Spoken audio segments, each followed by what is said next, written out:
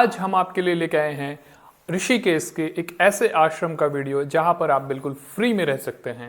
ये गंगा जी के किनारे बना हुआ एक आश्रम है।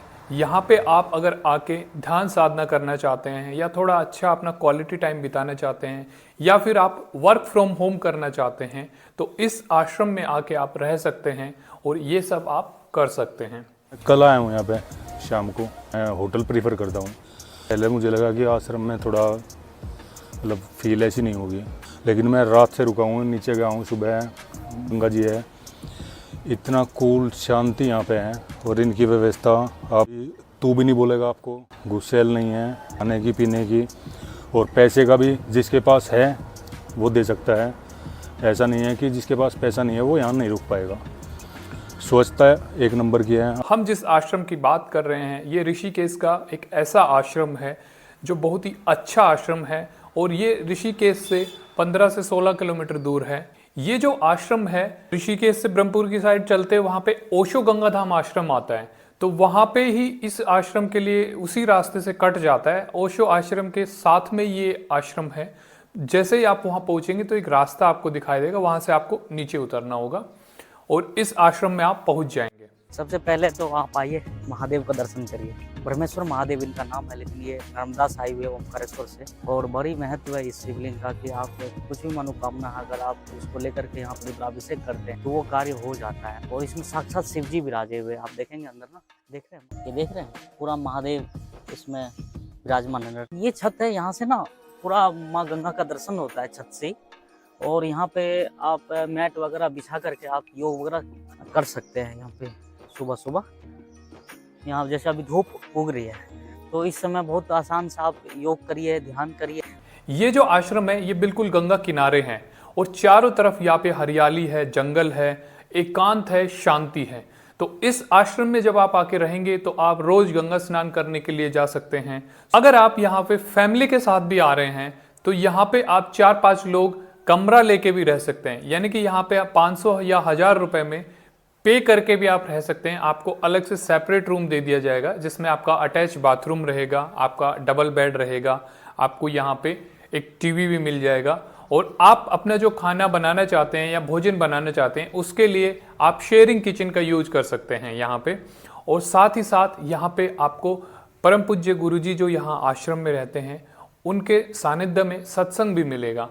आप अगर वेदांत पे कोई चर्चा करना चाहते हैं या आप उनसे कुछ पूछना चाहते हैं तो वो सब भी आप वहाँ पे कर सकते हैं। यहाँ पे लगभग रोज सत्संग होता है।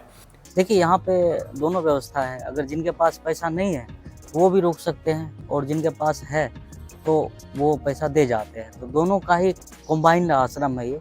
जिनके पास नहीं है तो उनको एज ए वॉलंटियर सेवा करना पड़ता है। जैसे प्लांटेशन है, फूल पौधे का केयरिंग है, तो वाटरिंग है, पानी डालना पौधे में इस तरीके से, और बिस्तरे ठीक कर देना या जो भी है सेवा, तो सेवाएं होती है तो आप सेवा करके रह सकते हैं यहाँ पे। अगर आप वर्क फ्रॉम होम करना चाहते हैं तो वर्क फ्रॉम होम के लिए भी यहाँ पे अच्छी फैसिलिटी है। यहाँ पे काफ़ी यंग लड़के आते हैं और वो रुकते हैं और वर्क फ्रॉम होम अपना करते हैं यहीं से ही। यहाँ पे जैसे हवन वगैरह करना चाहे कभी स्पेसिफिक डे पे, कभी कभार ये लोग आते हैं हवन करते हैं। 10 लोग आराम से अंदर बैठ भी जाते हैं हवन के दौरान। अभी भी हवन हुआ है सुबह सुबह। यहाँ पे कार्यक्रम होता ही रहता है।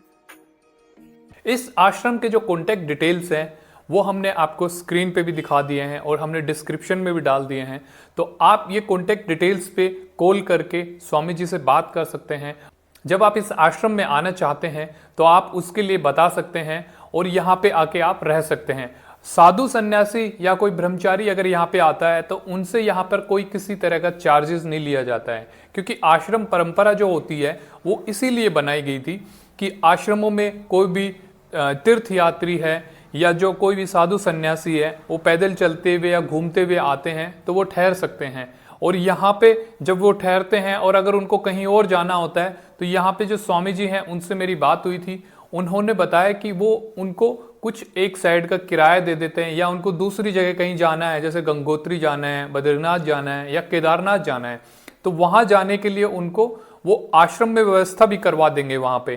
तो अगर आप इस भाव से आते हैं तो आपके लिए यहाँ पे ऐसी व्यवस्था भी हो जाएगी। मैं कल आया हूँ यहाँ पे शाम को और मेरे दोस्त आए हुए थे यहाँ पे, तो उनसे मिलने के लिए आया हूँ मैं।